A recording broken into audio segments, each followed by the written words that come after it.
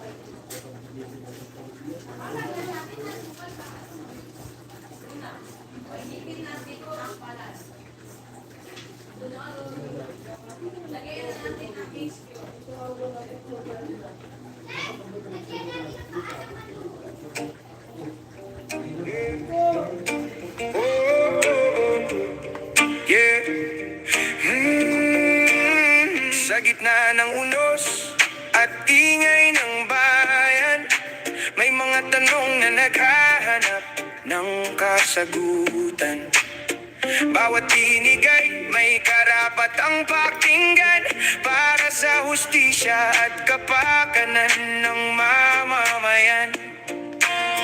Hindi susuko, hindi uurong, hanggat liwanag ay ating matunton sa landas ng tama. Buong tapang nalalakad, ang katotohanan ay dapat mahanap. Walang atrasan, tuloy ang laban para sa bayan at kinabukasan. Kung may talong, hanapin ang sagot sa tapat na puso at malinis na loob. Walang atrasan, sama-samang hakbang, pag-asa ng tao'y huwag nang hadlangan. Hanggat may boses at may paninindigan, walang atrasan para sa katotohanan.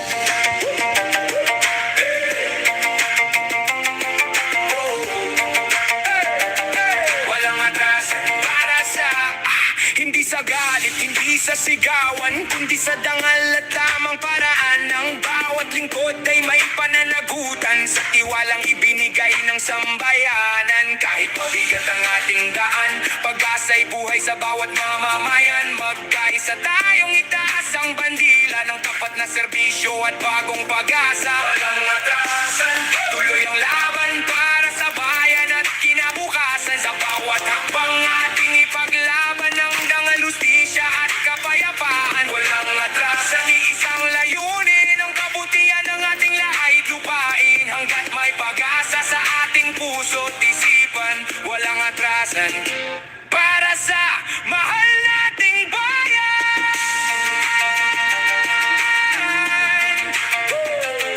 Walang atrasan, tuloy ang laban para sa katotohanan at sambayanan.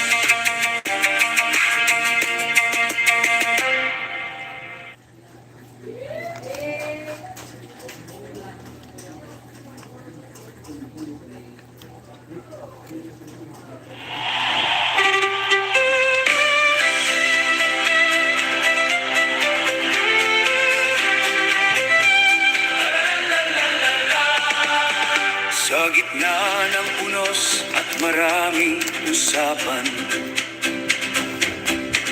may mga taong nananatiling handa.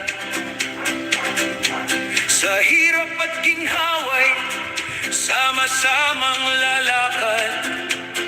Hawak ang pag-asa para sa kinabukasan.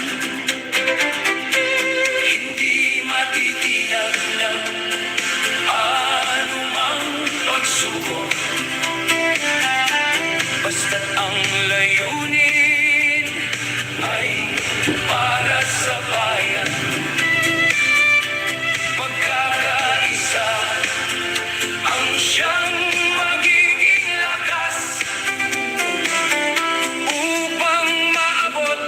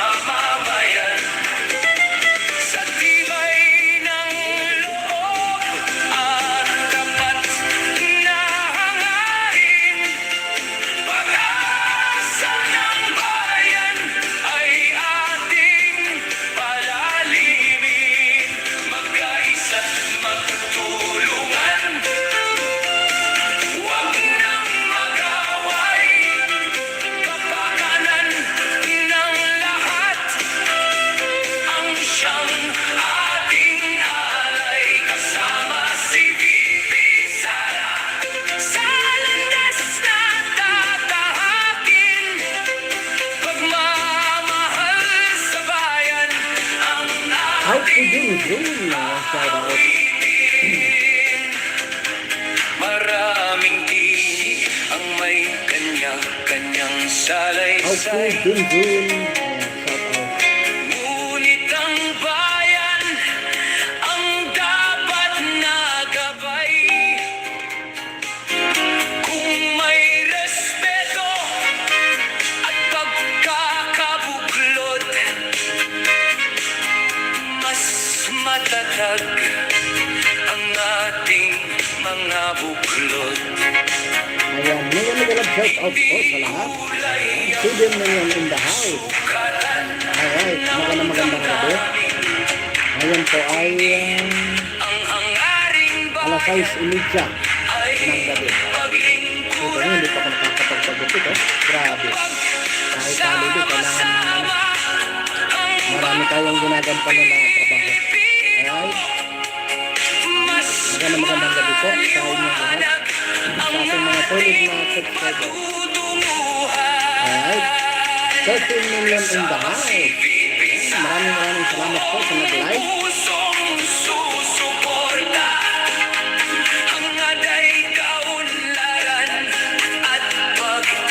Ayan. Shout out po sa Luzon, Visayas at Mindanao. Alright. Magandang gabi po. Ayan. Ang ating title po ay nakaganapan ngayon. Ninoy Aquino Day. Gusto natin pag-usapan natin. Ang pag-usapan natin ngayon. Ano bang mga kaganapan?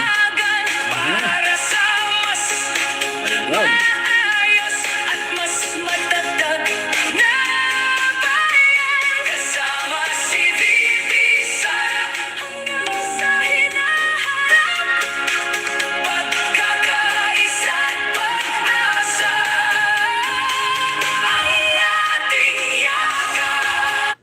Alright, magandang gabi po at bago ang lahat, mega love shout out po kay Mami Mercy Kalunod. Alright.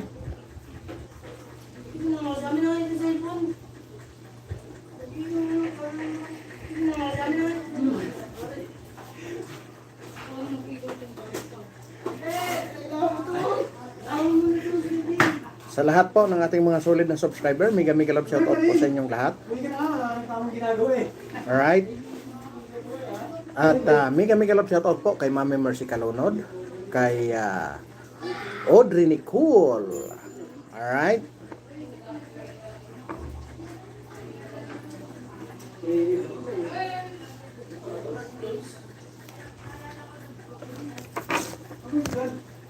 Kay Audrey Nicole.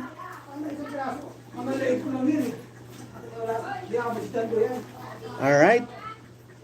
Kay Nani Sanchez Vlog, ayan, mega love shout out. Kay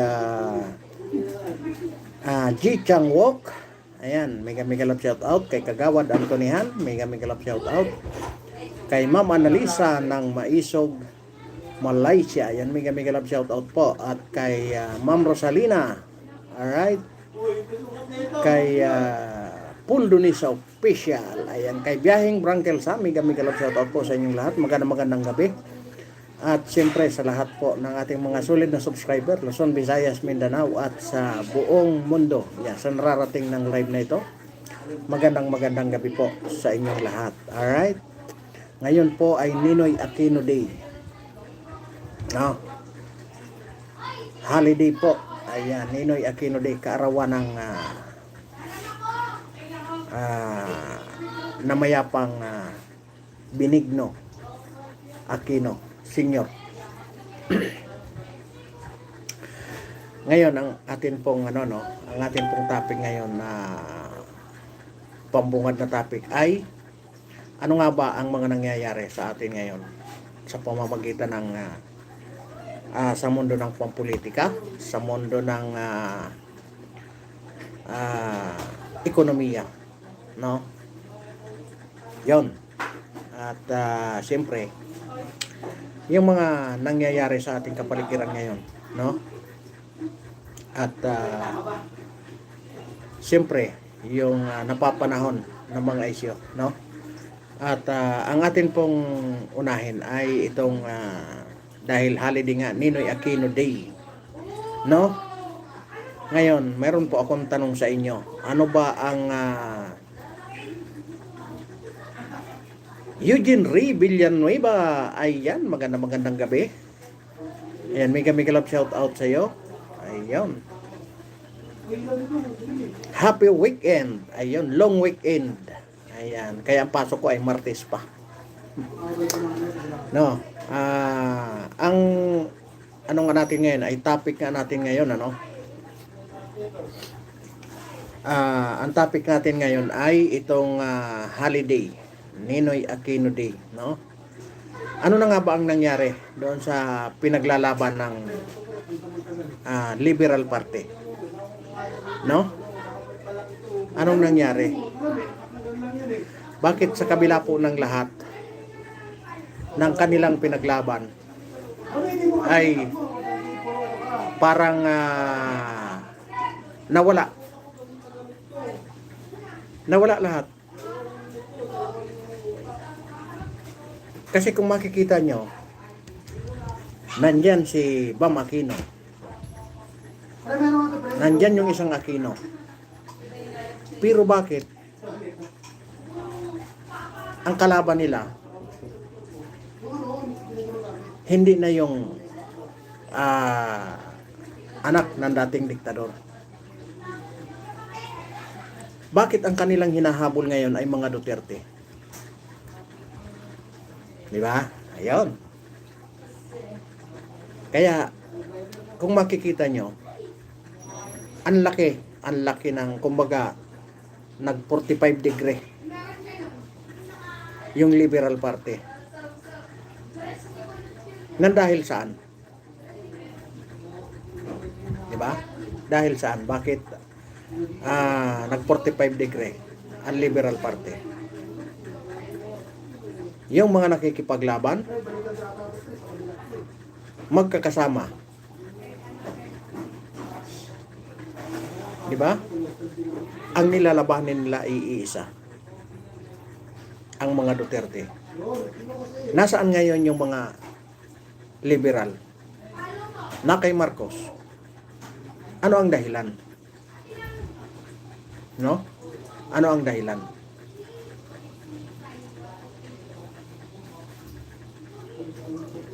Diba? Nang dahil sa pampolitika, nang dahil sa kanilang pinaglalaban, anong nangyari ngayon? Diba? Kasi nga dati napakaano ng pinaglalaban ng liberal.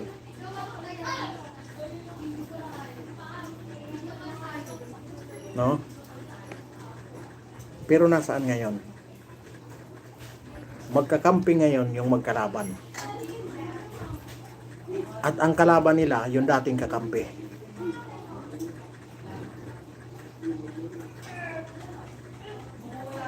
No? Kaya nga, maraming nagsasabi na ang politika ay wala kang permanenteng kaibigan. Sa akin, hindi ako naniniwala doon. Alam niyo kung bakit? Kaya sila kung saan-saan, na parang ibon na dumadapo kung saan-saan, ang kanilang pansariling interes ng ating mga politiko. Kaya po wala tayong katahimikan nang dahil sa mga ganong klaseng politiko. Di ba?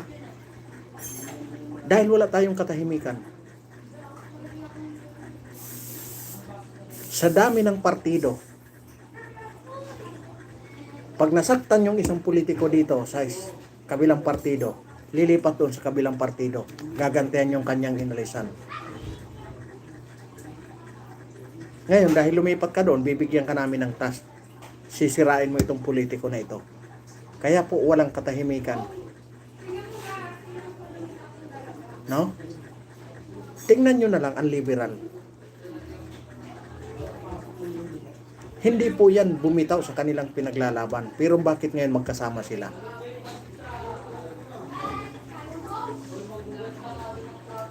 No? Magkasama sila. Dahil pinangahawakan nila ang mga pansarili nilang interes.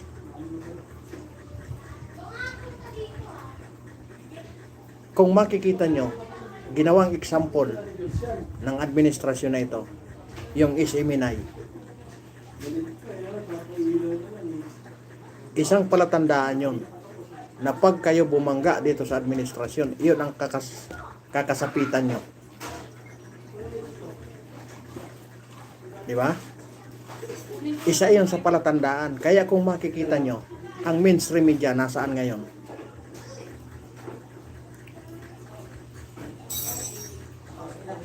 Nasaan ngayon ang mainstream media? Gustong sumigaw ng mainstream media. Pero anong nangyari? Dahil nga natatakot sila. Na kung anong nangyari sa mga Duterte, sa matandang Duterte, anong nangyari sa SMNI, iyon ang inyong kasasapitin. Iyon ang inyong kalalagyan. Akala nyo ganon-ganon lang yon? Yung pagpasarado sa SMNI? Isa iyon na babala na pag kayo humarang, sino man kayong negosyante, pag kayo humarang at kumontra sa gobyerno, iyon ang kasasapitin nyo. No. Diba? Ganon kaagad na maniobra ng gobyerno na ito ang kanyang mga kalaban. Kaya anong gagawin ngayon ng kalaban? Pwede naman tayong manahimik muna eh. At the same time, kumikita.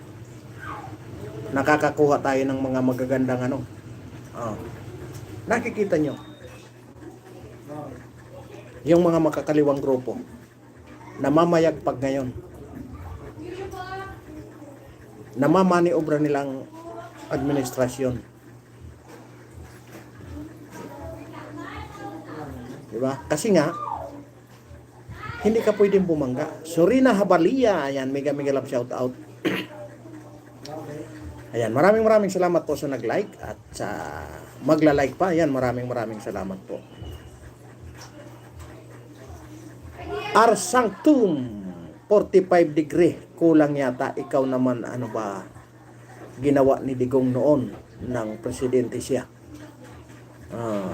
Idol, try mo. Ano? Try mo mata mo. Wag mo akong tanungin. Tanungin mo ang sarili mo. Kasi ako alam ko. No? Alam ko. Ikaw. Alam mo ba? Alam ko, kaya wag mo akong tanungin. Tanungin mo ang sarili mo.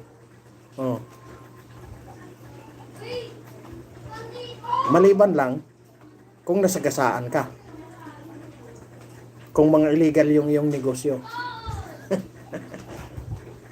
Kasi kami, kung kami ang tanungin mo, safe na safe kami.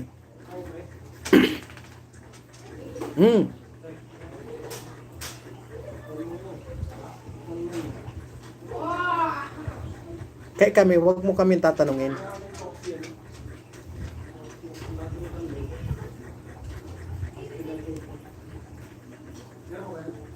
Diba?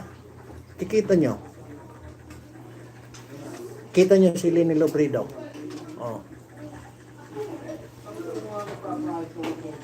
Magkano ang binaba na pondo ni BBM?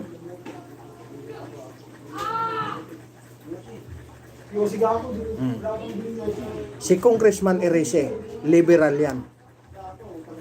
Dahil kumalaban, kahit piso hindi nakakuha ng pondo. Nakita nyo ang pagkakaiba? Sino ba si Leni Robredo? Liberal. Si Edgar Erese, liberal. Makikita nyo ang pagkakaiba?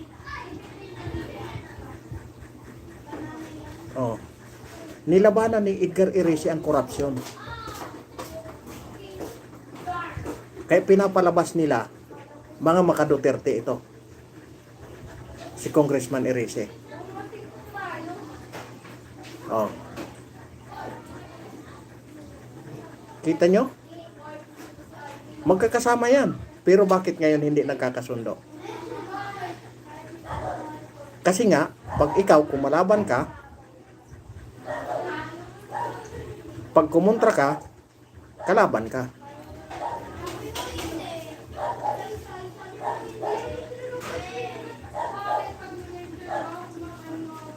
Kita nyo yung mga ano? Iyan ang mga ano, iyan yung mga politiko na walang mga paninindigan. Nasaan yung kanilang pinaglalaban ngayon? Di ba?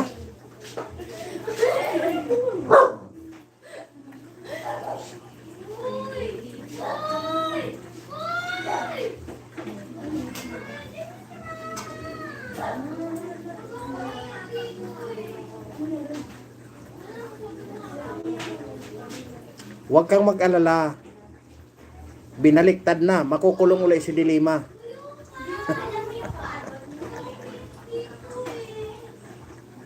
Oh. Alam nyo kasi, ang mga makasalanan, tatakpan uli yan ang panibagong makasalanan. Oh. Kung kayo, nung panahon ni Duterte, hindi nyo matanggap, ibig sabihin, may mga illegal kayong ginawa. Kasi kami, ramdam namin, kahit magdamag sa kalsada, maglalakad, walang pangamba. Ngayon, subukan mong maglakad-lakad. Oh.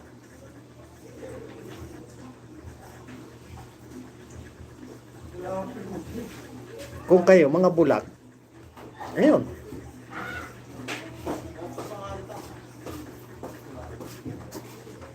Iyan ang mga walang mga sariling paninindigan. Walang pagpapahalaga sa bayan. Asa na yung pinaglaban nila? O, yung ipinaglaban nila, namatay.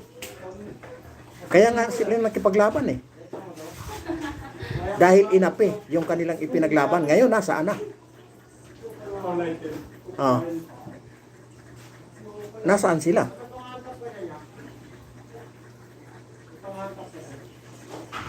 Sila ang mortal na magkaaway.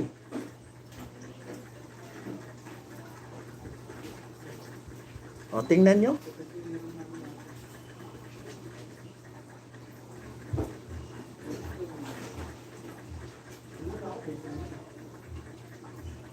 Nako, Madam Sorina, huwag ka nang makipagtalo.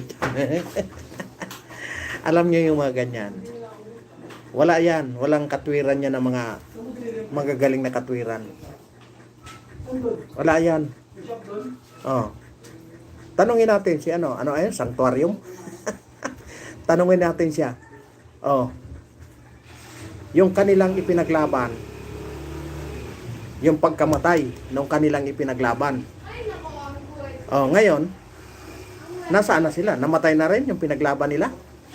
Yung pinaglalaban nila, namatay na rin? Oh. Kaya diyan mo makikita ang mga taong walang pakialam yan sa kung hindi ang kanilang mga pansariling interes.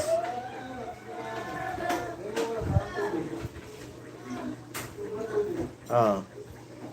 Kita nyo, dahil mga wala ngang sariling Oh, tingnan nyo.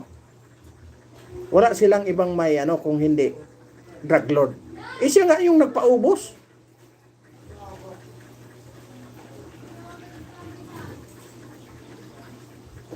Ganyan yung mga mga walang utak na walang walang utak.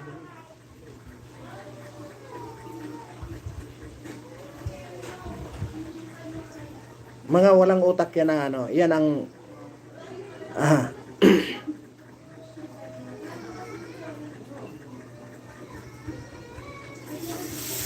Nako, sinasabi ko nga sa inyo, Boss Robert Robles. Sinasabi ko na sa inyo, grabe ngayon. Para ka na lang, makikita mo dyan. Wala na, talamak na eh. Pakalat-kalat na lang ngayon, para na lang palengke.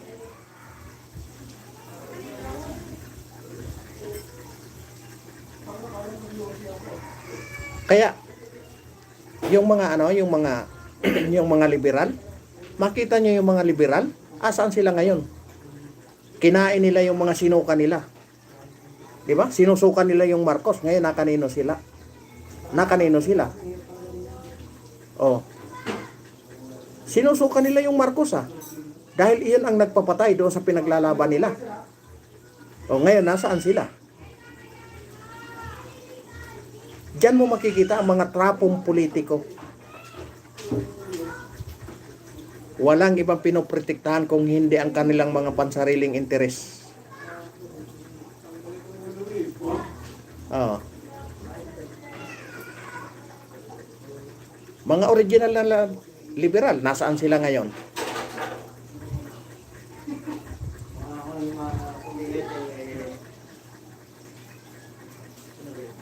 Kaya walang katahimikan tayo nang dahil sa mga ganyan. Yung mga ganyan na politiko, hindi dapat na yan nananalo eh.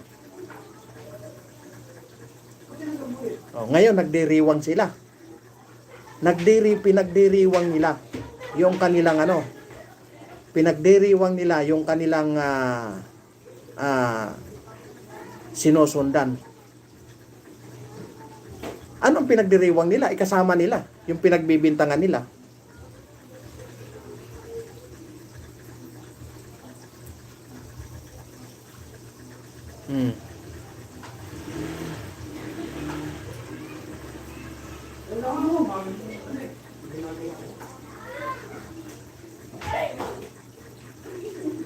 Sila talaga.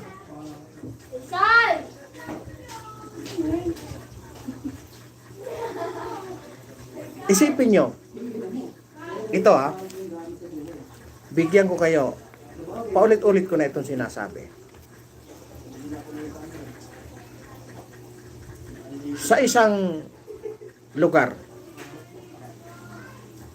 dito, sa mga kapitbahay namin, dito, community, ayaw nilang pumunta. Ayan, gandang gabi po, Boss Edward Ginon III. Ayaw nilang magparehistro dito sa Manila. Alam niyo kung bakit? Doon sa kanilang probinsya, sabihin ko na sa Samar, sa kanilang probinsya, susunduin sila dito. Pupuntahan sila dito. Bibigyan sila ng pamasahe back import. Plus tagli 5,000 bawat isa. Ilang pamilya sila dito? 16 na pamilya sa tagli 5,000. Bilangin nyo yun. Ang pagkakaiba lang, pagdating nila doon, kontrolado na sila. Bantay sarado na sila doon. Hanggang sila sa Makabuto. Libre pamasahe yun back import.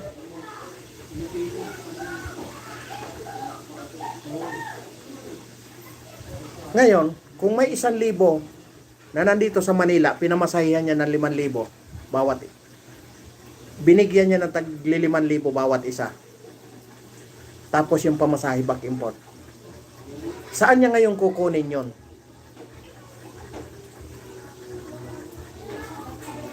Saan nila kukunin yung pinambayad nila dyan? Realidad yan. Saan nila kukunin? Di siyempre sa kanilang budget. O ano bang budget? Papasok na dyan yung flood control sa kalsada. Kung ano-ano mga project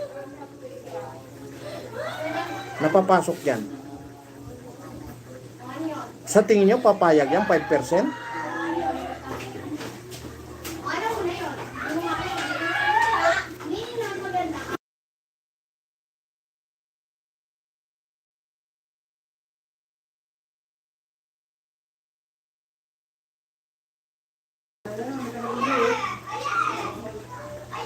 In short, sa buwis natin.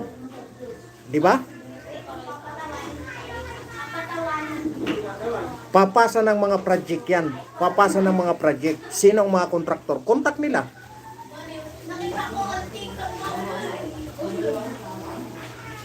Adalina Calimbro watching from Dubai. Ayan. Thank you po. Ayan.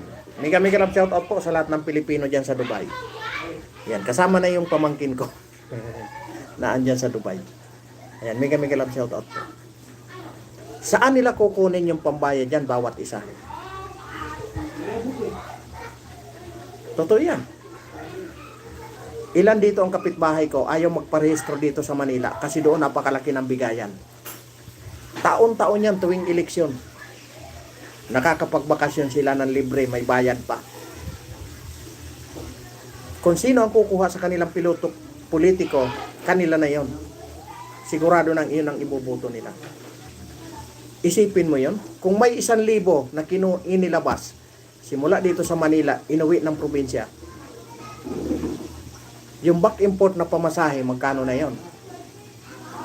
At yung tagli 5,000 bawat isa, saan nila kukunin yon?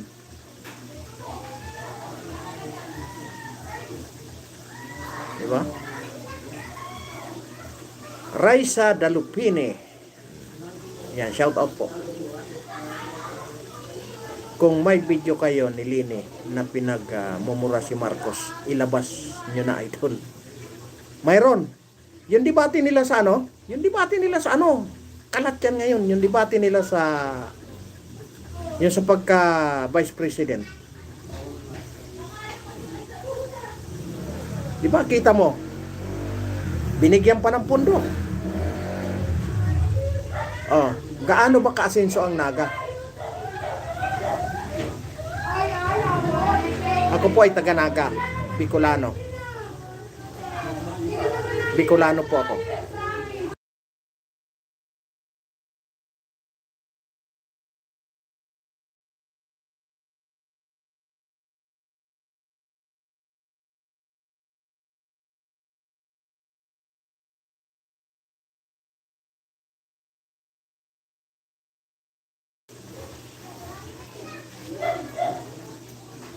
Diba? Pinagdiriwang nila ngayon yung kanilang iniidolo na si Benigno Sr., Benigno Aquino Sr. Ngayon nasaan sila? Yung nilalabanan nila, magkakasama sila ngayon, iisang plato sila, iisang pinagkakainan. Yes po. Diyan po ako lumaki sa Naga. Diyan po ang mga magulang ko. Mga kapatid ko nandyan ngayon. Sa triangulo po kami.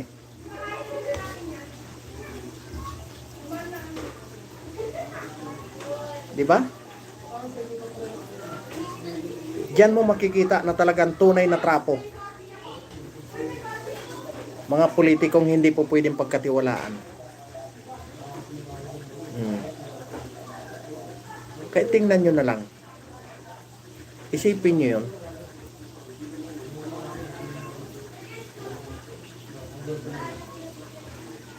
Kung baybayin nyo ang simula dyan sa Dait hanggang Nagayan, makita nyo ang lubak, walang katapusan yan. Taon-taon yan dyan nagre-repair. Bakit? Oh.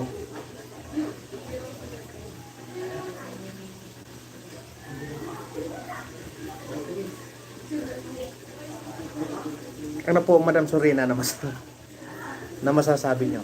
Oh. Si Leni Loprido po, ang sinusubaybayan ko yung kanyang asawa, pero siya hindi. Alam niyo kung bakit? Simpleng may bahay yan eh. Totoo, attorney siya, pero simpleng may bahay. Oh. Anong ginawa niya una? Dahil mabait yung kanyang asawa, maganda ang palakad ng kanyang asawa.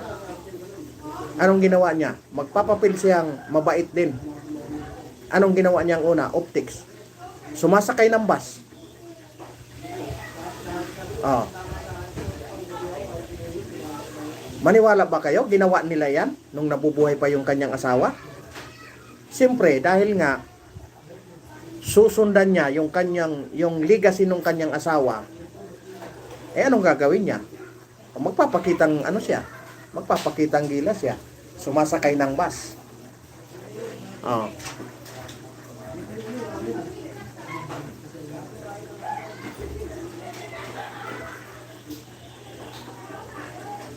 Iyon ang kailangan, no?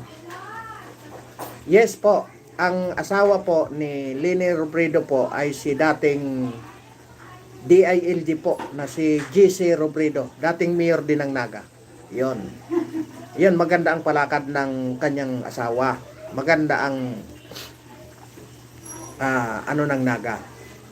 Dahil tapat po yon si GC Robredo.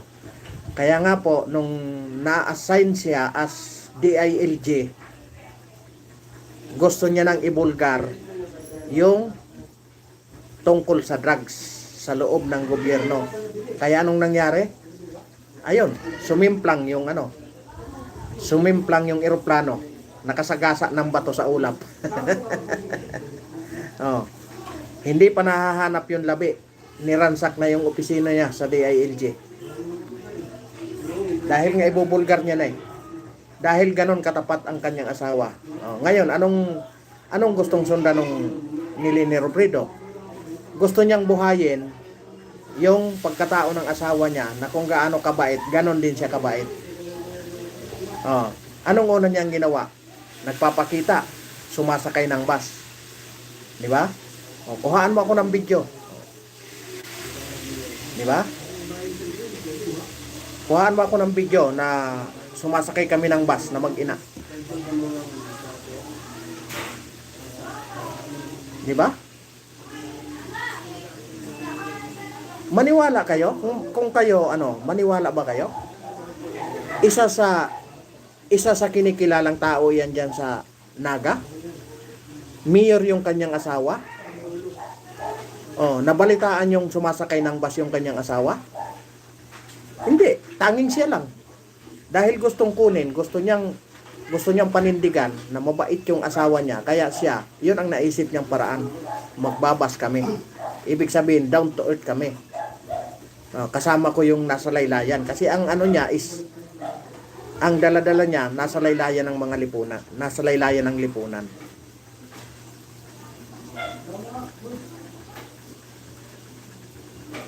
Oh. Iyon ang daladala niya eh. Pero sa totoo lang, ang talaga dyan, yung asawa.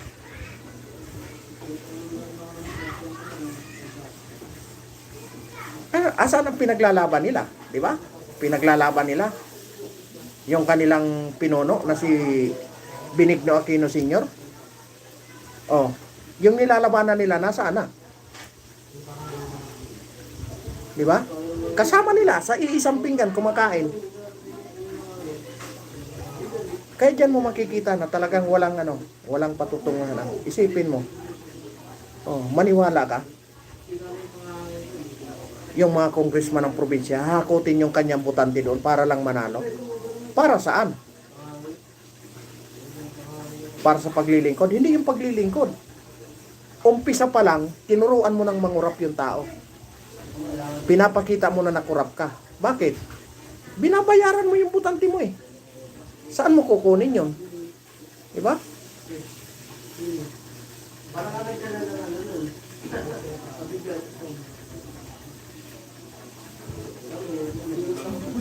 Iyon kasi ang nakita niya. Ang gusto niyang buhayin, ang gusto niyang sundan ay Jupo Gasol. Ayan. Shout out. Dumaan si Jupo Gasol lah. Kaya makikita niyo yung mga congressman. Alam nyo, sa lahat ng politiko, hindi po masama na kumita. Pag marami kayong project na magagandang klaseng project at hindi puro palpak yung project, napakaganda nun. Kahit may korupsyon doon, maliit man yan, basta maraming project, hindi nahahalata yon kasi natatakpan yan ng mga ginagawa. Ang problema, multo na nga yung project, may project, substandard pa. Oh.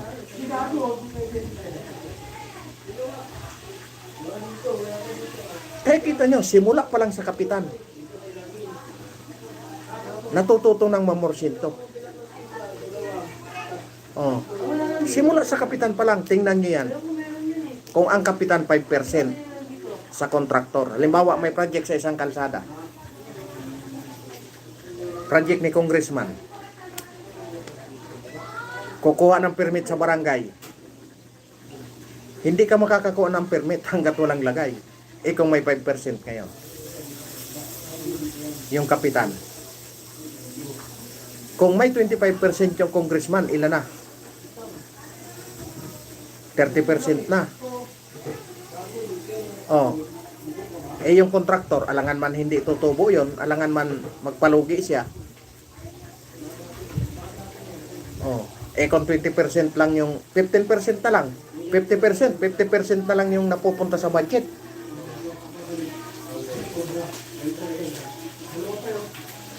Di ba?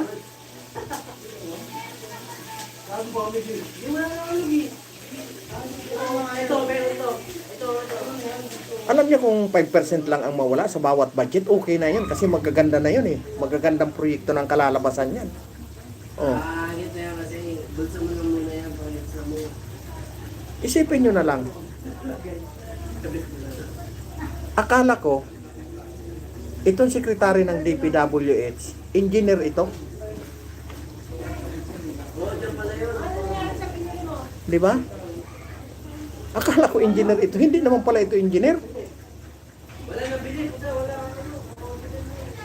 Kaya nga pag dinisplayhan siya dyan, ng project dyan sa kalsada, wala siyang alam kung maganda ba, kung standard ba o substandard ba. Kasi nga hindi siya engineer eh. Oh. Di ba? Parang doktor yan.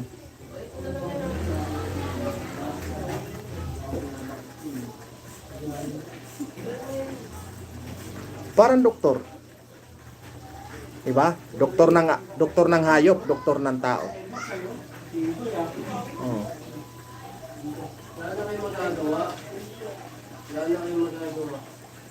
Ngayon, mag-oopera ng kidney yung magpapa-opera ng kidney yung tao. Dadalhin ngayon sa doktor ng aso.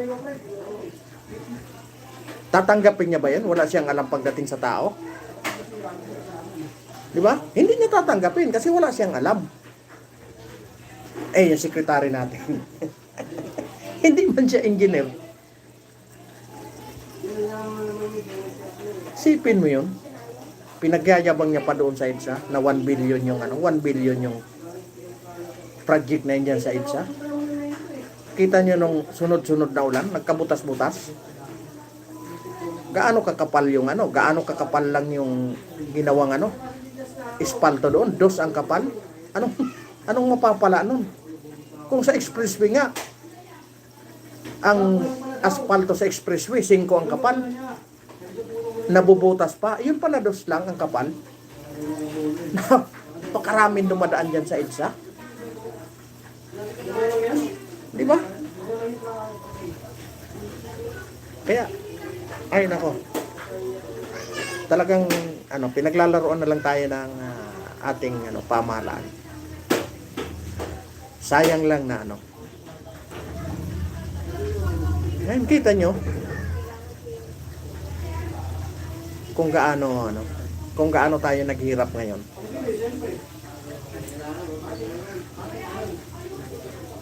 Ako nga tinitingnan ko ang sitwasyon. Alam nyo kung bakit.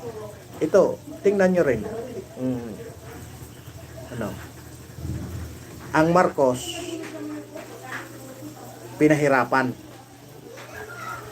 ng pamahalaan. Di ba? Ng kanyang mga hinabol siya ng taong bayan.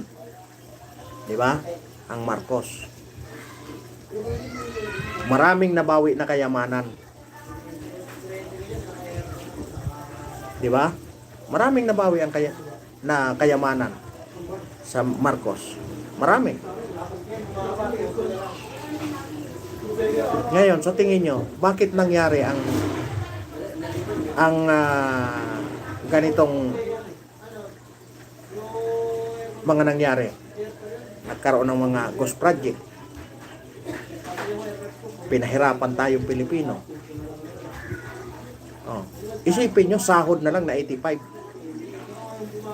Andyan na, abot kamay na. Tapos biglang binawi. Sa tingin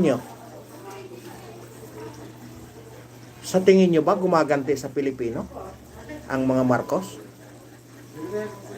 Kasi nga, pinatapon natin sila sa ibang bansa. Pinagbayad sila ng kompensasyon. Diba? Sa tingin nyo ba gumaganti itong Marcos? Administrasyon? Ayun, na ano ko lang yun, ha? Ginagantihan lang tayong Pilipino. Dahil silang nakaupo eh. Pagkakataon niya na, di ba? Para makaganti.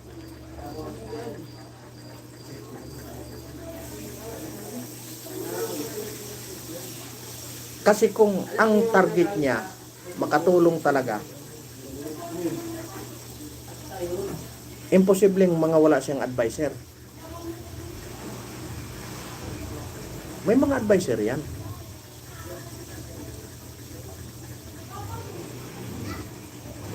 Hindi siya papayag na abusuhin siya ng kanyang mga tauhan. O bakit pumayag siya? Lahat mayroon eh. Simula sa kanya hanggang sa pinakababa, mayroon eh. O, anong gagawin? Manahimik lang kayo dyan. Ako nang bahala dito magmaniobra. Doon tayo ginagantihan. Unang-una, ipinatapo natin sila sa Hawaii. Pangalawa, pinagbayad ng kompensasyon doon sa mga pinahirapan nung panahon ng kanyang ama.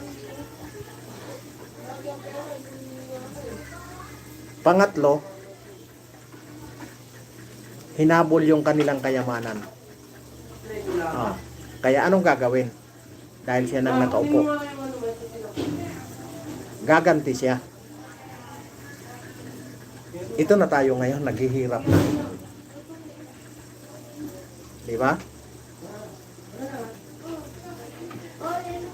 Kaya kahit anong gawin natin. Kaya nga, para hindi pumalag, anong gagawin? Itong SMA9 na ito, sigurado sakit ito ng ulo natin. Unahin natin to. Sampulan natin sila para manahimik sila lahat. Ayan, sarado ang SMA9. Subukan nyo pa, mainstream media. Kalabanin ako, sarado rin kayo. Nagsitahimik sila lahat. Tahimik sila lahat. Subukan yung mga congressman, kalabanin ako, wala kayong pondo. Tahimik sila lahat. Busog sila lahat. Sinong nag-iisang walang pondo? Davao. Mga congressman ng Davao na kumukontra sa kanya, lahat ng Duterte. Irisi.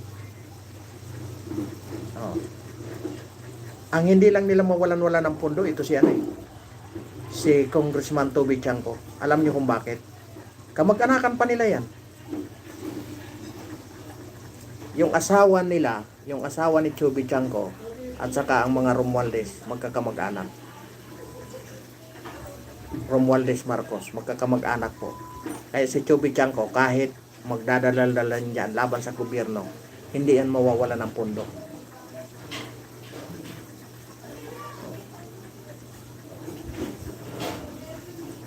Ngayon, anong nangyari? Lahat ng kumakalaban, kulong.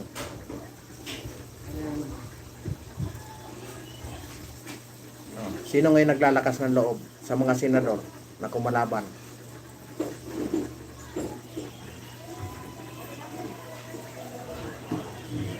Kahit si Loren Legarda, di ba? Nasa oposisyon. Pero never niyang binangga ang Marcos. Tanging si Aimee lang, yung kapatid. At saka si Marcolita. Cayetano.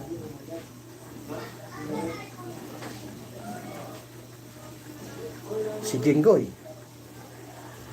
Kulong. Lahat sila may mga kaso.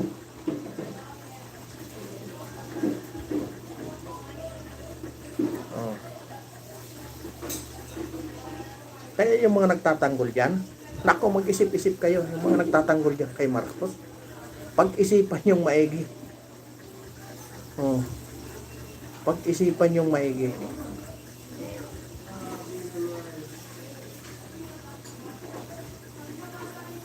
Ngayon, tingnan nyo ngayon. Kalat ang drugs.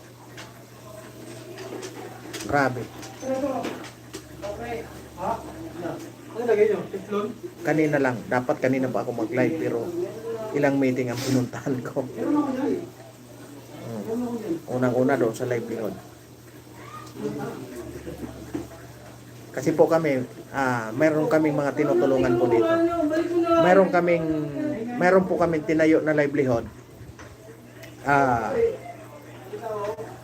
Mayroon kaming tinayo na livelihood. Ang mga nakikinabang po ngayon ay mga solo parent. Yan. Kasi po,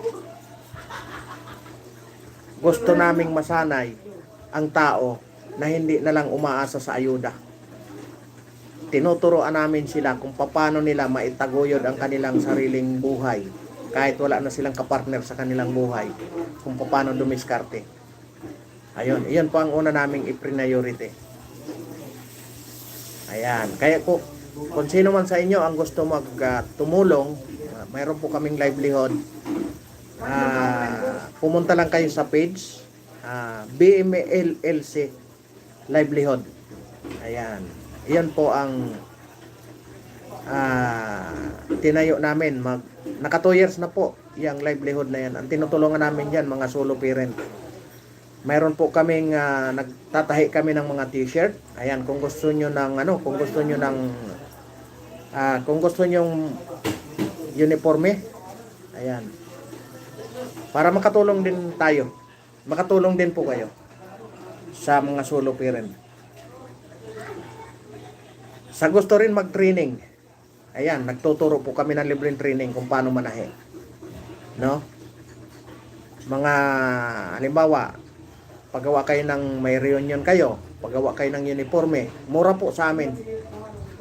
Sa iba ang printing pa lang 150 yung tahi, pero sa amin murang-mura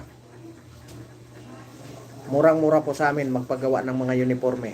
Ayan, pag gusto nyo kasama na yung printing, ayan, mayroon po kami. Ayun, puntahan nyo lang po yung page ng BMLLC, ayan, livelihood center, ayan.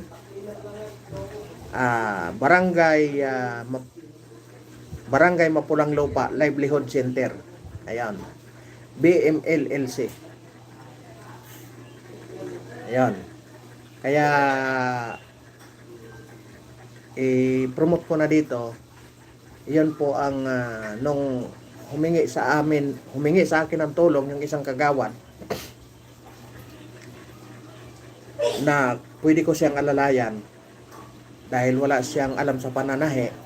Kung pwede ko siyang tulungan siya na mabuo yung kanyang project na livelihood.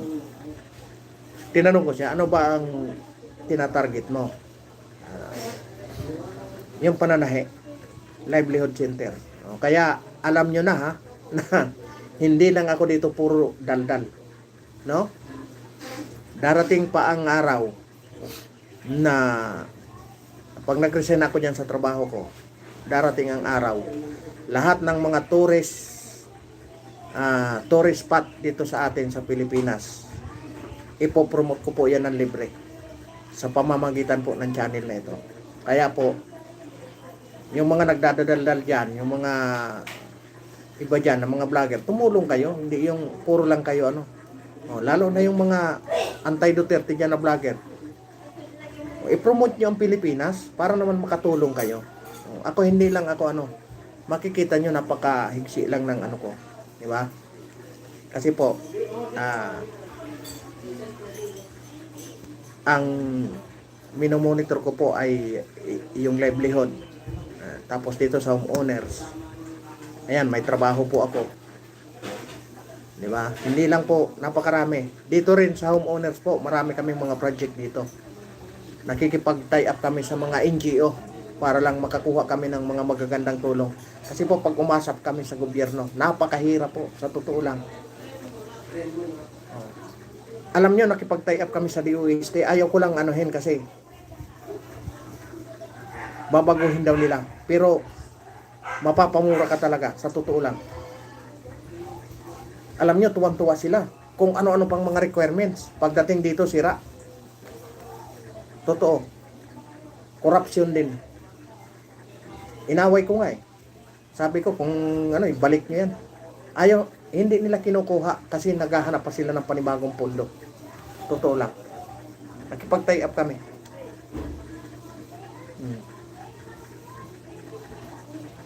Nakipag-tie up kami. Kaya ang ginawa namin, nakipag-tie up na lang kami sa mga ano, nakipag-tie up kami sa GCI, Junior Chambers of Commerce, at saka sa PCCI, Philippine Chamber of Commerce.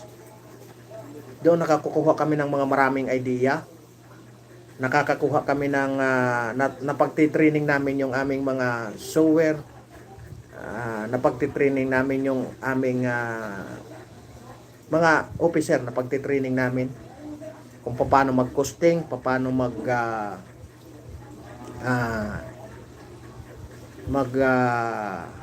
marketing. Ayun, nakakakuha kami ng mga magagandang ano. Buti patuloy yung mga ano, NGO. Pero sa gobyerno, napakahirap. Pati pala yung ano, yung asawa ng mayor sa amin, tumulong sa amin. Napakalaking tulong. Kaya yung mga anti-Duterte dyan, i-promote nyo muna ang Pilipinas. Hindi yung puro lang kayo ano. Promote nyo kahit walang bayad.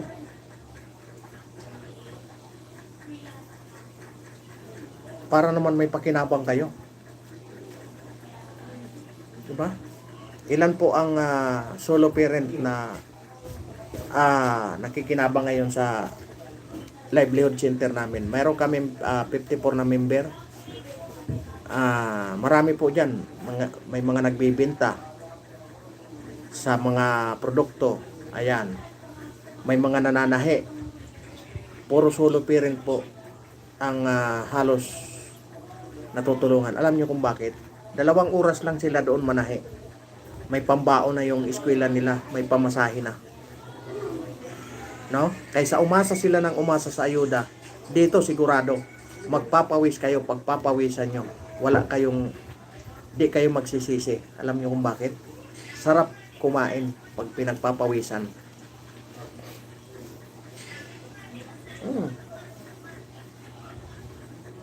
Kung ako lang, ilang beses pa ako inalok. Ilang beses po ako inalok.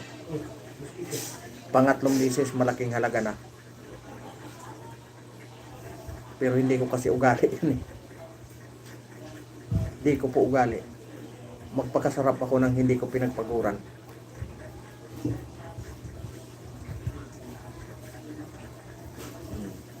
Ngayon po, ito ang suportahan nyo po.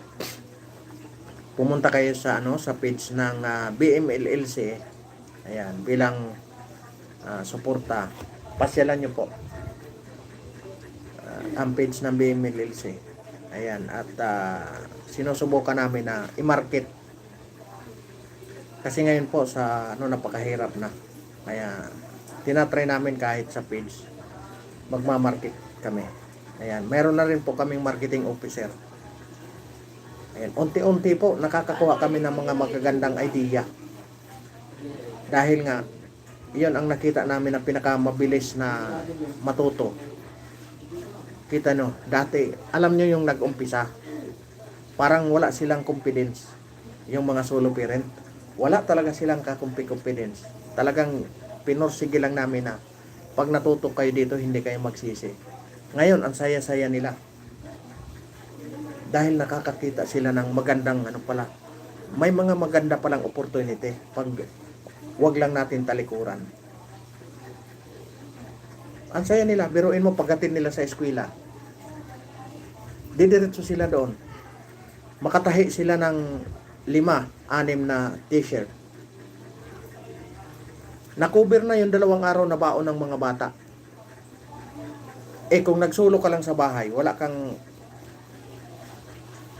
katuwang dahil solo parent Kung may tortindahan ka man doon, gasino man ang kita niyan. Kung ang anak mo 3, ang pamasahe sa school 20, balikan. Kung may 3, di may 60 ka agad. Kung malayo-layo yung school, hindi lang 20, yung baon pa. Oh. Kaya nga nakakuha sila ng paraan. Paghatid nila sa school, didiretso sila doon sa tahian. Nakakapagtahi sila ng 3, 4 na t-shirt. Nabantayan pa nila yung anak nila doon sa school. Nagkaroon pa ng pagkakataon na kumita para kinabukasan na pamasahe at pambaon. 'Di ba? Iyon ang pinipilit namin na imulat. Huwag kayong umasa sa ayuda. Kasi ang ayuda, band-aid solution lang 'yan.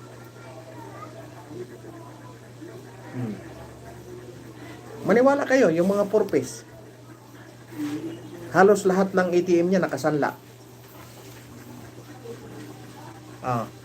Kasi inasahan nila cash. Buwan-buwan. Isanla ngayon yung purpose. Bibili ng washing, bibili ng TV. Di ba? Para saan ba yung purpose? Para sa pag-aaral ng mga bata. Pero saan napunta? Sa luho ng magulang. Di ba? Minsan nandoon sa bingguhan, nandoon sa sugalan. May inaasahan buwan-buwan Di ba? Hindi ko sinasabing masama 'yun Hindi ko sinasabing masama. Ibig sabihin, na dahil nga diyan sa naisip ng magaling natin ng gobyerno, nandahil dyan sa naisip natin magaling na gobyerno, wala. Nagiging tamad ang tao.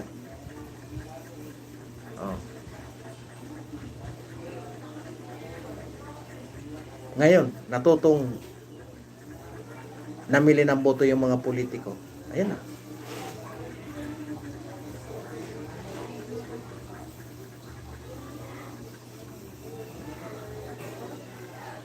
Kaya wala nang ibang inasahan.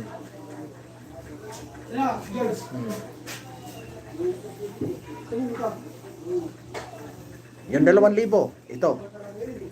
Yung 3 kapitbahay ko nakatanggap ng 2,000. Ano daw yun? Yung sa mga SS? Nakatanggap ng 2,000. Tuwan-tuwa sila kasi may 2,000. Ay nako, pag uwi nila ng bahay, kahon-kahon na Red Horse ang binili. Napakinabangan? Hindi. Napakinabangan ng pamilya? Hindi. Ayaw, nagbibideo okay, nagiinuman.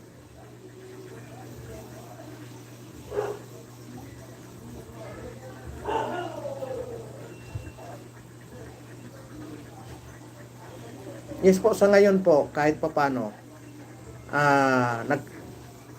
sa ngayon po, last December, nagkaroon na po ng dividendo yung lahat ng member. Kumita po ng tag 120 yung bawat member. Ayan, nagkakaroon ng dividendo. Kasi pag kumita po yung livelihood, binibigyan namin ng dividendo para yung member mawiling sila magbenta. Yun po ang naging namin Pag hindi sila natutong manahe, pwede magbenta.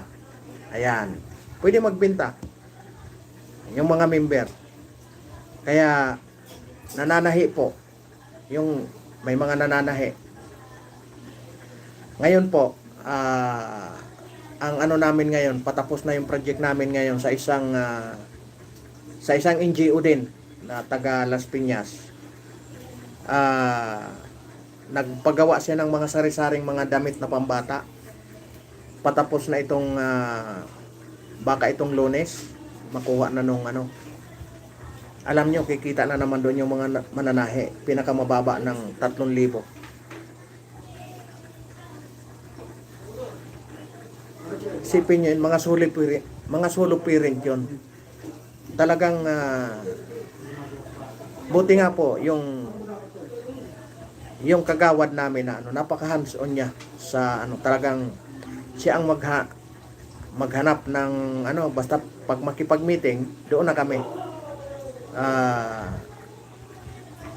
Nakuha namin na customer yung Kapintig Philippines. Ibig sabihin, yung Kapintig po kasi international sila. Ayan, AR Kabayan Vlog, yan, shout out. Kay Adelina Calambro, yan, shout out po. Yung Kapintig po ay international sila. Pero nakuha po namin silang customer. Tuwing December po yun, nagpapatahi sila ng pinakamababa po nilang pinapagawa is 200 pieces na yung tote bag. Ayan. Napakabilis gawin. Kahit yung bagong matuto manahe. At the same time po, nagtuturo po kami. Mayroon po kami sariling trainer. Libre po lahat yan. Wala pa pong lahat ng officer, walang sahod. Volunteer po lahat. Baka isipin na ng iba, kumikita kayo dyan. May mga sahod. Wala po. Volunteer po. Ayan. Kung gusto nyong pasyalan, pwede nyo pong pasyalan. Itutur ko po kayo doon sa aming Ayan. May opisina na po kami doon. May showroom. May hub kami. May tahian. Ayan. Kalahati po yon ay pagkikipagtulungan ng barangay kapitan. Kasi nga po, kagawad po yung hawak niya po long livelihood ng kagawad. Nag-isip siya ng paraan kung paano makatulong sa mga solo parent. Kaya ayun, dahil may alam ako sa pananahe, iyon ang naisip namin sa Valenzuela po. Kung gusto niyo pong makita Ma'am Virginia de Villa, pumunta po kayo sa page ng BMLLC. Yan, BM, 2L, tapos C. Ayan. Barangay Mapulang Lupa Livelihood Center. Yan, pumunta po kayo sa page. At pwede po kayong mag-inquire doon kung halimbawa may mga kakilala kayo. Kahit saan po. Libre po doon, wala pong bayad doon. Mayroon po kami sariling trainer doon. Doon po siya nakatira. Ayun. Doon po namin siya pinatira kapalit po ng pagtulong niya ng libre na magturo sa gustong matutong manahe. Ayun po. Imposible naman po sa isang linggong pagtuturo hindi kayo matutong manahe, di ba? Napaka madali po. Pag kayo po natutong manahe kahit sa bahay-bahay yung mga repair po, napaka ganda pong hanap buhay yan. Kahit solo parent kayo, pag natuto kayong manahe, bibili kayo ng makina. Sa bahay po, magkano ang repair ngayon? Pinakamababa, 50 pesos. Kung mayroon kayong tanggap na repair, 10 repair maghapon, nakamagkano kayo? Naka 500 na. Diba? Makasampu kayo. 50 pesos na ang pinakamababang repair ngayon. Kung matuto kayong manahe, pagdating sa repair, napakadali na po. Lalo na kung pe-permis pa po kayo. Marami pong naghahanap ngayon ng mga mananahe. Alam nyo, sa pananahe, international, napaka din sa pananahe. Ang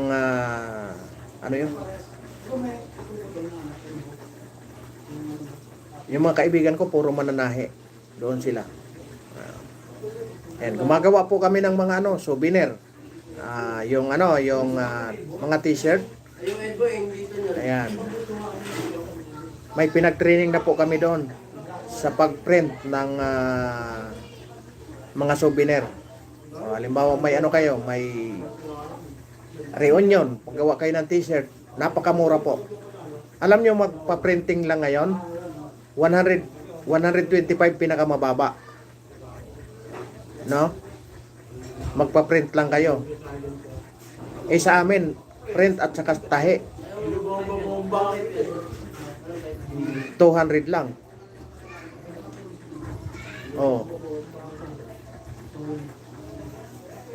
Sa amin na yung damit. Sa amin na lahat. O-orderin mo lang, ibibigay mo lang yung design kung anong gusto mong design. Kami na ang bahala lahat gagawa.